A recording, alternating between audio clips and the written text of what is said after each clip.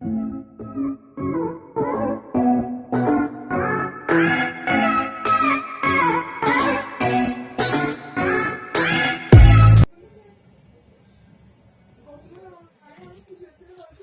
Guys, welcome back to the channel. Welcome back to the learn and think. आज इस वाली video में मैं आपको बताऊंगा केमिस्ट्री का third chapter atoms and molecules class 9।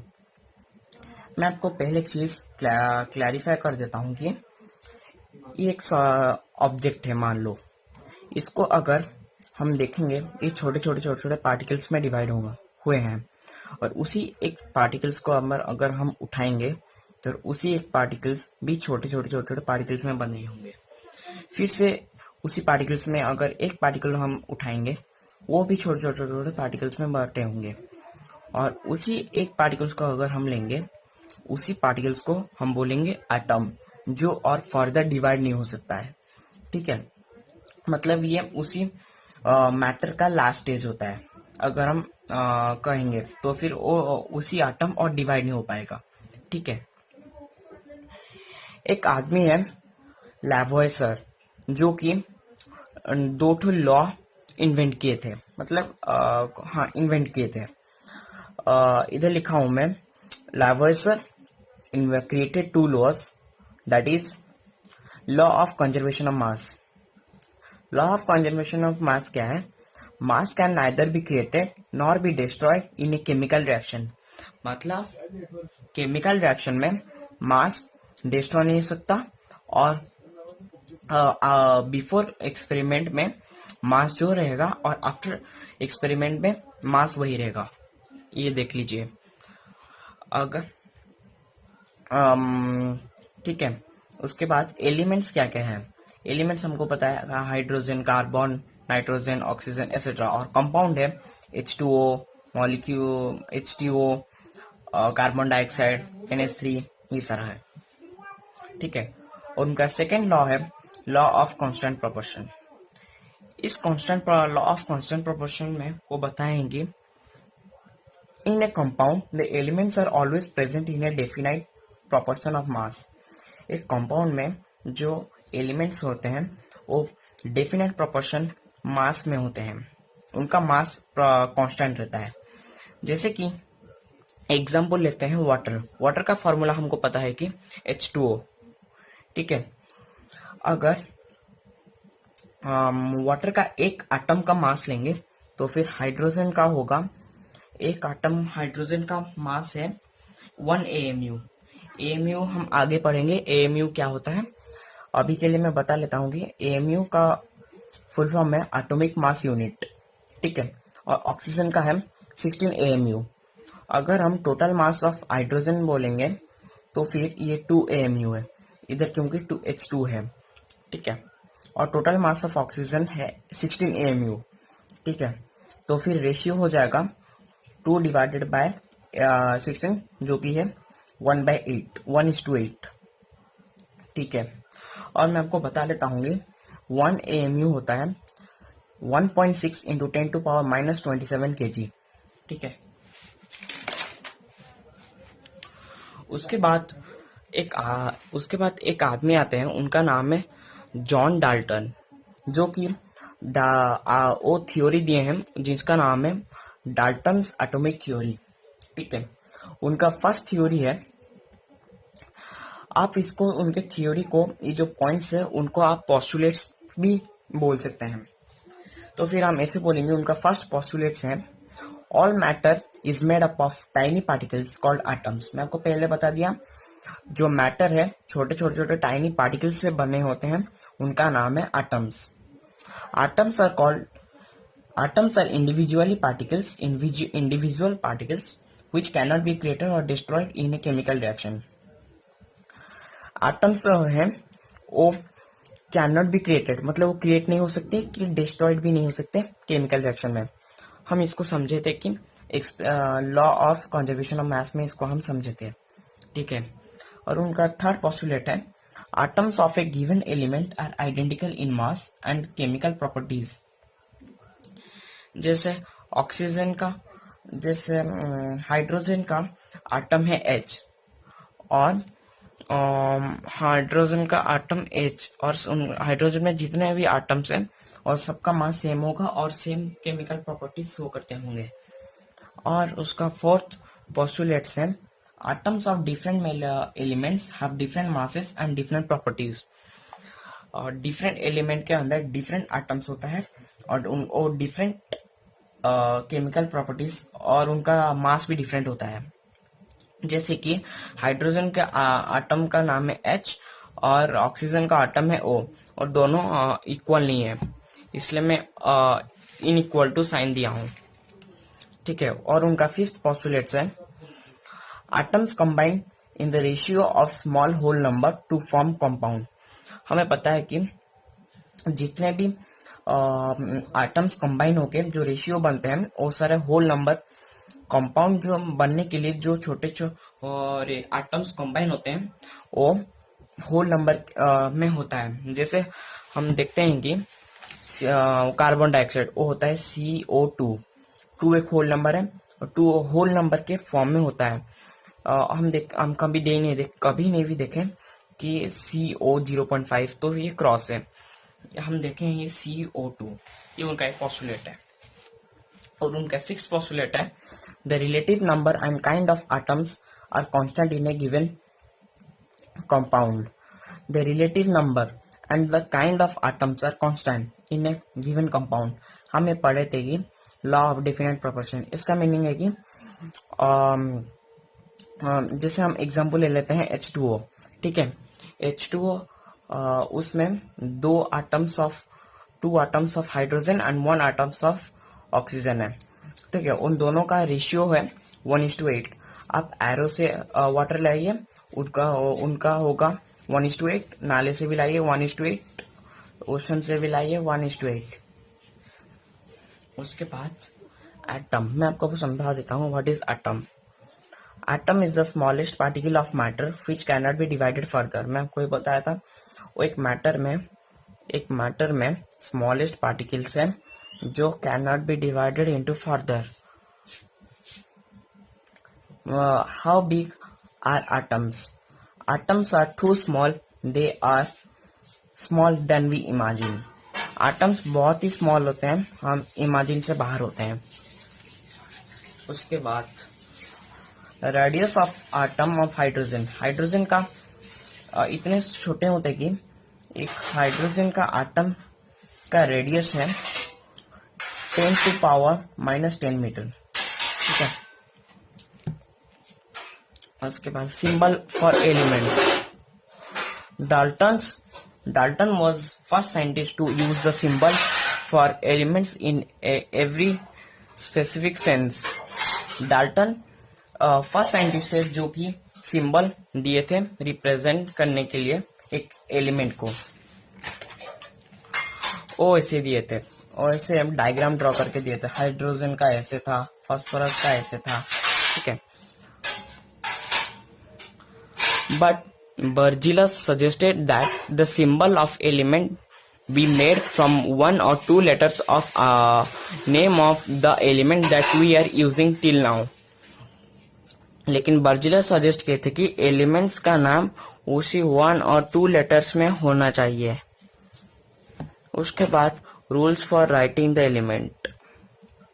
Element लिखने के लिए हम एग्जांपल लेते हैं हेलियम। हेलियम जो है उसका फॉर्मूला है He और H कैपिटल होना चाहिए और E स्मॉल होना चाहिए। ठीक है। और एग्जांपल लेते हैं कोबाल्ट जिसका है CO। C must be in capital and O must be in small. अगर हम दोनों को कैपिटल ले लेते हैं तो फिर ये हो जाएगा कार्बन और ऑक्सीजन, जो कि गलत है। ठीक है।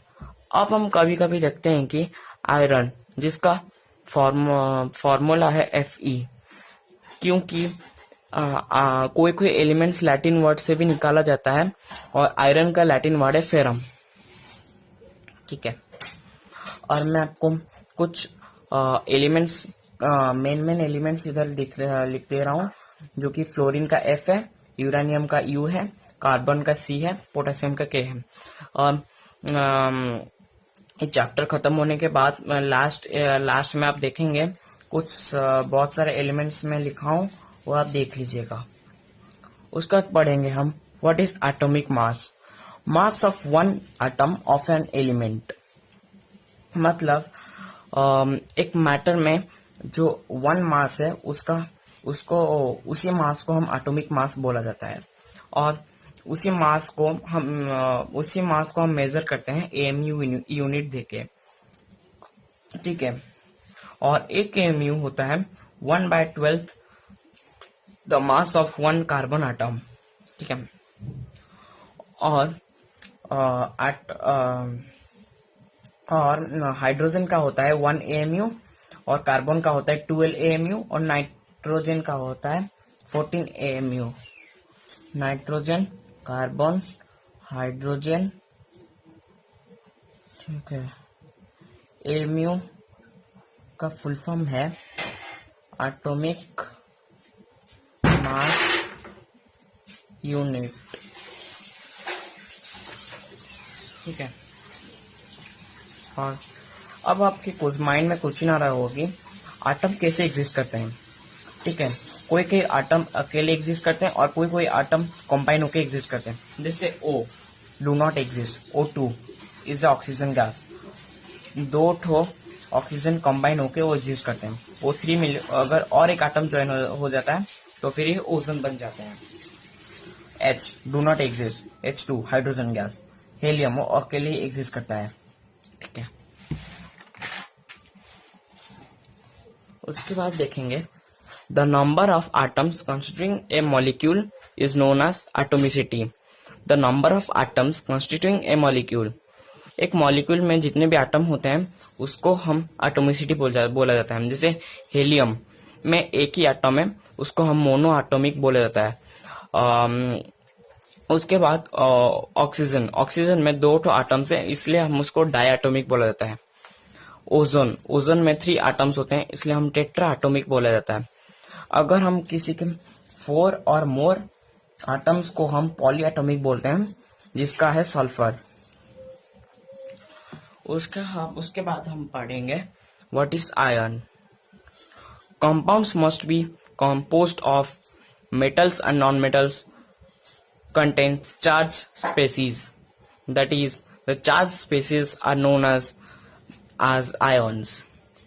कंपाउंड्स जो है वो मेटल्स और नॉन मेटल्स में एग्जिस्ट करता है, और वो आयंस के तरह एग्जिस्ट करता है। दिस आयंस में भी पॉजिटिव और नेगेटिव।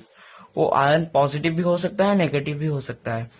हम और एक बात बोलेंगे कि पॉजिटिव को हम कैटियन बोलते हैं और नेगेटिव को एनायन बोलते हैं। उसके बाद इस चैप्टर का मेन पार्ट है जो writing chemical formula. Writing chemical formula के लिए आपको 3 बात याद करना पड़ेगा। First, learn the ions properly. आपको वो एनसीईआरटी बुक में आयंस दिया है, उसको प्रॉपरली लर्न कीजिए। और पॉजिटिव नेगेटिव बोथ को लर्न कीजिए। Follow the NCERT page number 37, table 3.6 को आप फॉलो कीजिए। ये तीनों चीज अगर हम अच्छे से कर लेंगे तो फिर केमिकल फॉर्मूला लिखने में बहुत इजी होगा, ठीक है। अभी हम एग्जाम्पल लेंगे। एक एग्जाम्पल में लिखा हूं कि formula of hydrogen chloride. Formula लिखने के लिए हमको 3 चीज पहले लिखेंगे। पहले ये 3 चीज को पहले लिख देंगे, ठीक है। सिंबल, वैलेंसी, फॉर्मूला, इसको लिख देंगे। हमको पता है कि हाइड्रोजन का फॉर्मूला है H+। हमें पता है कि हाइड्रोजन का फॉर्मूला है H+, तो फिर H और इसका वैलेंसी है 1, तो इधर 1+ लिख देंगे। और क्लोराइड का है Cl-Cl, और उसका माइनस, इसलिए इसका वैलेंसी -1 हो जाएगा। तो इसका फॉर्मूला बन गया HCl, ठीक है। और दूसरा और एक एग्जांपल लेंगे, फॉर्मूला ऑफ हाइड्रोजन क्लोराइड। हमें पता है कि हम पहले ये लिख देंगे सिंबल, वैलेंसी, फॉर्मूला। उसके बाद हाइड्रोजन का सिंबल है क्या H, उसका H+, इसलिए H और वैलेंसी है 1। इसलिए हम 1 प्लस लिख देंगे। सल्फाइड का S2-, इसलिए S सिंबल में और वैलेंसी में 2-। हो गया ना फॉर्मूला में H2S हो गया। बहुत इजी है ये, बहुत बच्चों को हार्ड लगता है लेकिन ये इतना हार्ड नहीं है। मुझे भी पहले पढ़ते पढ़ते बहुत हार्ड लगा था लेकिन बाद में मुझे क्लियर हो गया। उसके बाद हम एग्जाम्पल लेंगे फॉर्मूला ऑफ कार्बन टेट्राक्लोराइड। वैसे लिख देंगे सिंबल, वैलेंसी और फॉर्मूला। सिंबल में कार्बन का हमें पता है C, और याद रखिए कार्बन का जो वैलेंसी है वो है 4, ठीक है। और टेट्राक्लोराइड उसका फॉर्मूला है Cl-, इसलिए Cl और वैलेंसी में इसका 1- हो जाएगा और उसका सिंबल बन जाएगा ऐसे। और ये सिंबल फॉर्मूला बन गया। अरे एक चीज है, आप जो फॉर्मूला लिखेंगे उसको क्रिस क्रॉस करेंगे, ठीक है। देखिए मैं हर चीज में इसको क्रिस क्रॉस करके बता रहा हूँ। इसको भी क्रिस क्रॉस कीजिए, वो तो फॉर्मूला बन जाएगा CCl4। देखिए फॉर्मूला वही होगा CCl4, देखे ना CCl4। उसके बाद फॉर्मूला ऑफ मैग्नीशियम क्लोराइड, पहले उसे लिख देंगे सिंबल, वैलेंसी, फॉर्मूला। मैग्नीशियम का फॉर्मूला है Mg2+, तो फिर सिंबल में रहेगा Mg, वैलेंसी में रहेगा 2+। और क्लोराइड का फॉर्मूला है Cl-, तो सिंबल में रहेगा Cl, वैलेंसी रहेगा 1-। तो हो गया फॉर्मूला। तो अगर हम इसको क्रिस क्रॉस कर लेंगे तो फिर MgCl2, ठीक है, हो गया ना। इसको थोड़ा ब्रैकेट दे देंगे क्योंकि अगर 2 ठो रहेगा तो फिर हम इसको ब्रैकेट देना पड़ता है। इसको भी अभी ब्रैकेट दे देंगे।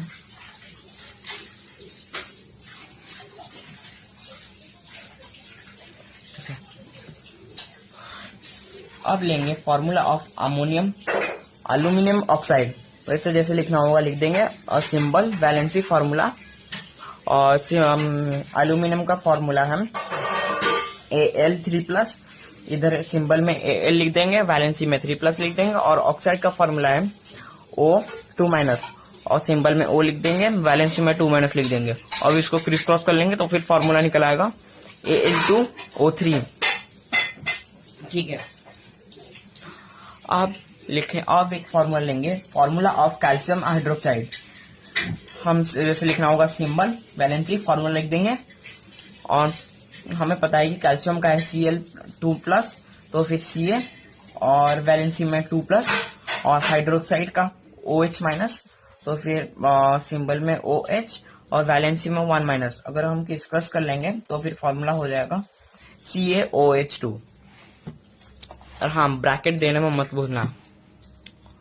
उसके बाद कुछ एनसीईआरटी क्वेश्चन जो दिया था, इंटेक्स क्वेश्चन, वो सॉल्व कर लेंगे। वो क्वेश्चन दिया था कि find the formula of sodium oxide. वैसे लिखेंगे सिंबल, वैलेंसी, फॉर्मूला। उसके बाद सोडियम ऑक्साइड, सोडियम का फॉर्मूला है Na2+, और सिंबल में Na होगा, वैलेंसी में 2+ हो जाएगा। और ऑक्साइड O रह जाएगा, ऑक्साइड का फॉर्मूला है O2-। ऑक्साइड में सिंबल में O रहेगा, वैलेंसी में 2- हो जाएगा। फॉर्मूला होगा, अगर हम क्रिस क्रॉस कर लेंगे तो फिर प्लस- कट जाएगा, तो फिर हो जाएगा NaO। उसके बाद एल्यूमिनियम क्लोराइड, वैसे लिख देंगे सिंबल, वैलेंसी, फॉर्मूला। और एल्यूमिनियम का होगा Al3+, हमें पहले किए शायद ये। तो फिर सिंबल में Al हो जाएगा, वैलेंसी में 3+ हो जाएगा। और क्लोराइड का Cl, और वैलेंसी क्लोराइड का 1-। तो फिर फॉर्मूला हो गया AlCl3, ठीक है। उसके बाद सोडियम सल्फाइड, वैसे लिख देंगे सिंबल, वैलेंसी, फॉर्मूला। और सोडियम का फॉर्मूला है Na2+, Na, और वैलेंसी होगा 2+। और सल्फाइड का फॉर्मूला है H2-, तो फिर सिंबल रहेगा 2S और वैलेंसी रहेगा 2-। तो फिर फॉर्मूला हो जाएगा NaS। उसके बाद मैग्नीशियम हाइड्रोक्साइड, वैसे लिख देंगे सिंबल, वैलेंसी, फॉर्मूला। उसके बाद मैग्नीशियम होगा Mg2+, सिंबल होगा Mg और वैलेंसी होगा 2+। हाइड्रोक्साइड सिंबल होगा OH, OH-, हाइड्रोक्साइड का फॉर्मूला। वैलेंसी अगर सिंबल होगा OH तो फिर वैलेंसी होगा H-, तो फिर फॉर्मूला हो जाएगा MgOH2। उसके बाद अगर और एक लेंगे, फॉर्मूला ऑफ पोटेशियम नाइट्रेट, वैसे लिख देंगे सिंबल वैलेंसी फॉर्मूला पोटेशियम को होगा K और सिंबल में, और उसका पोटेशियम का फॉर्मूला है K+, तो फिर सिंबल में हो जाएगा K और वैलेंसी में 1+ हो जाएगा। और पोटेशियम नाइट्रेट में बोला था तो इसलिए NO3 है उसका, इसलिए NO3 हो जाएगा सिंबल और 1- हो जाएगा वैलेंसी, तो फिर फॉर्मूला बन जाएगा क्रॉस करने से KNO3। उसके बाद फॉर्मूला ऑफ कॉपर, इधर 2 है, मतलब हमें लेना है कॉपर Cu2+, ठीक है। तो और सल्फेट, कॉपर सल्फेट, कॉपर का फॉर्मूला है, सिंबल है Cu और वैलेंसी है 2+। हमें मैं क्या बोला था, कॉपर Cu2+ लेने के लिए, इसलिए Cu वैलेंसी में 2+। सल्फेट में SO4 2- उसका सिंबल है, तो फिर इधर सिंबल होगा SO4 और वैलेंसी में रहेगा 2-, तो फिर फॉर्मूला बन जाएगा CuSO4, क्योंकि 2 पॉजिटिव और नेगेटिव कैंसिल हो जाएगा, तो फिर फॉर्मूला हो जाएगा CuSO4। मैं आपको ये पार्ट 1 है, ठीक है। मैं आपको इस वीडियो में ही एक और वीडियो लगाऊंगा जिसमें आपको इम्पोर्टेंस एलिमेंट्स बता रहा था, लिखा हूं, आप ध्यान से पढ़िए, ठीक है। ये चैप्टर बहुत हार्ड लगता है, लेकिन अगर हम ध्यान से पढ़ेंगे इस चैप्टर को थोड़ा इजी लगता है। इसमें चैप्टर का मेन पार्ट ही जो है राइटिंग केमिकल फॉर्मूला है, उसको अगर ध्यान से हो गया तो फिर हो जाएगा, ठीक है। Okay, bye.